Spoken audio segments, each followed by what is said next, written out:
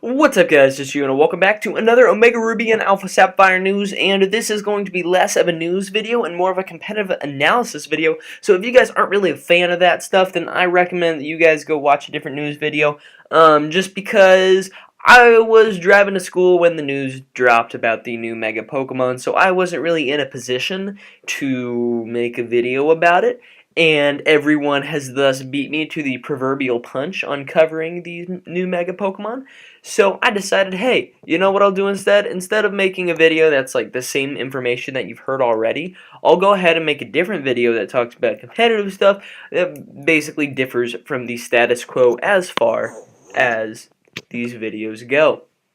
So, in case you guys have been living under a rock, 2 new Mega Pokemon have been revealed today. I'm holding up 2 fingers in real life right now. This is a time where I wish I had face cam, because I'm like holding it right up next to my camera and be like, peace, y'all. Anyway, so 2 new Mega Pokemon have dropped. The first of which is Beedrill, which is a sub 400 base stat Pokemon. Currently sits at 380 base stat total. You know, pretty bad. It is a bug poison type with adaptability. And then Mega Pidgeot dropped, and Mega Pidgeot gets no guard, so it can click Heat Wave without the chance of missing and choking away a game. And it can click Hurricane and just do mad damage, because that's like a special Brave Bird almost. But anyway, I'm going to go ahead and talk about these Pokemon's effects on the metagame and where they will potentially land. We're going to go ahead and start with Beedrill, Shino Beedrill. And we're going to go ahead and look at its base stats. So as I said, 380 base stat total for Beedrill. It's not amazing. It's actually really bad. It did get a buff in Gen 6, receiving 90 base points, but a 90 base point buff in attack, bringing it up to base 90 attack, which really, I think I said a 90 base point buff. I meant a 10, so, you know, whatever. So, wait, hold up.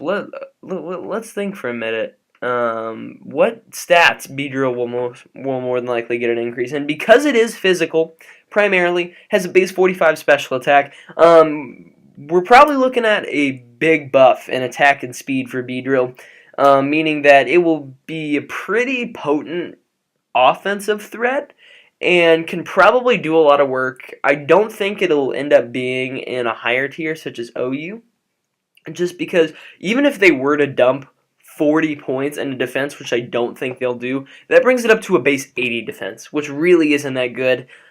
Stealth Rocks will take off 25% of its health, and I know Stealth Rocks aren't an amazing argument as to why a Pokemon is bad, but Stealth Rocks are arguably the best move in the game, and it's up there with like Substitute for best moves in the game.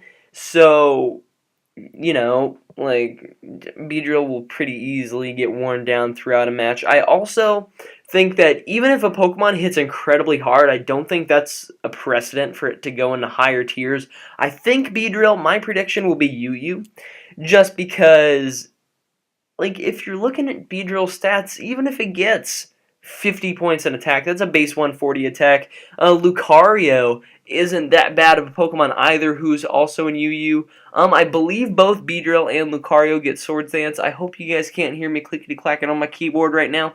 But if we look at Lucario's base stats, Lucario has a base 110 attack stat, which isn't nearly as much, and it doesn't get adaptability, but it also gets Swords Dance and a lot of priority. It hits really hard, and it's got a way better defensive typing and a lot better bulk. It has a lot better mixed bulk at 70-70-70 across the board, which pretty much solidifies it to be as good as Beedrill, in my opinion, because with as predominant as hazards are in the metagame, like, losing 25% of your health every time you switch in isn't good. It requires a lot of team support, and I think Beedrill can be good under very specific circumstances, but it won't necessarily be amazing all the time. And kind of know what I'm saying? Like, Beedrill will be a threat in UU because it is a Mega Pokemon, because it has adaptability, but like, my 10-second master's thesis on this is Beedrill will be a potent offensive threat in UU, however, will never make it to OU because of its severe defensive drawbacks and pitiful typing. And plus, it doesn't really have a whole lot of high base power moves to be spamming. Like, Talonflame, yes, it has Gale Wings, which is good, but it only has like a base 77 attack. It's either 77 or 83. It's in that neighborhood.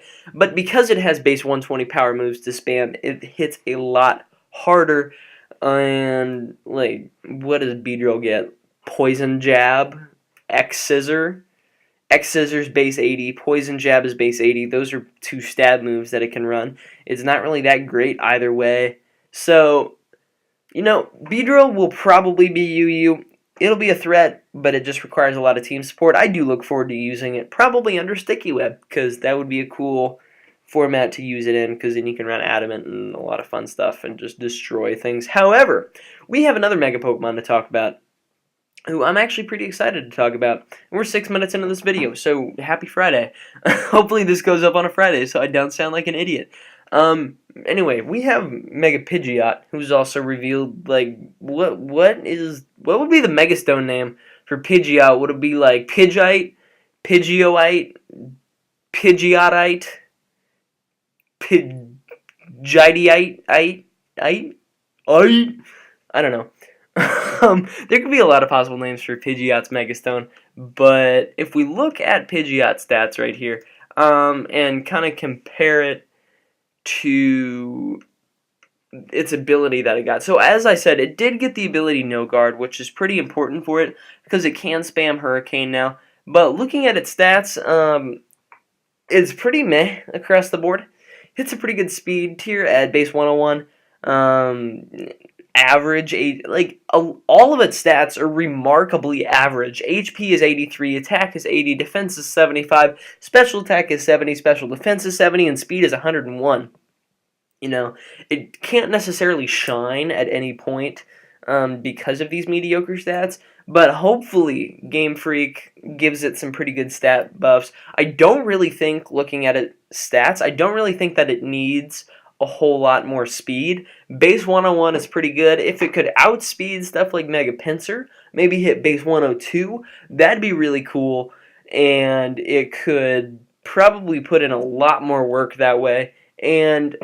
But honestly, the biggest buff that Pidgeot needs is in its attacking department. Whether it be attack or special attack, it needs 40 to 50 points in either one of those stats to really be effective. More so special attack if you're going to be spamming Hurricane. It probably needs 50 points? Get it to base 120? Even then, that's good, but it's not really on par with a lot of stuff in the UU tier, which, spoilers, I think it'll fall in the UU tier just because of its horrid stats right now. At least with Beedrill, it gets adaptability, which really makes up for giving it less attack, and it kind of justifies Beedrill only having base 120 attack as a Mega Pokemon. However, you're going to have to dump 50 special attack points into Beedrill in order to get it to base 1, or you're going to have to dump 50 special attack points into Pidgeot in order to get it to base 120, meaning that, while it does get some high-powered moves in Hurricane and a coverage move and Heat Wave, it won't be that hard to take down. You know what Pidgeot's going to do. It's not very versatile. It doesn't hit extraordinarily hard, even if you're running, Modest. And it will need a lot of team support, as it is weak to Stealth Rock. And, some Pokemon are good enough that even if they're Stealth Rock weak, you don't necessarily need a lot of support. Specifically stuff like Thundurus.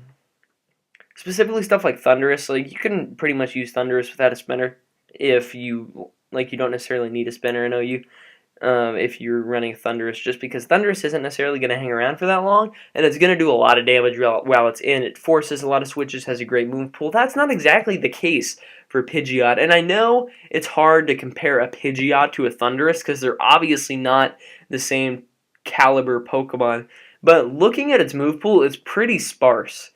It has its dual stabs. You get Hurricane, Physical, or you get Hurricane as a special move.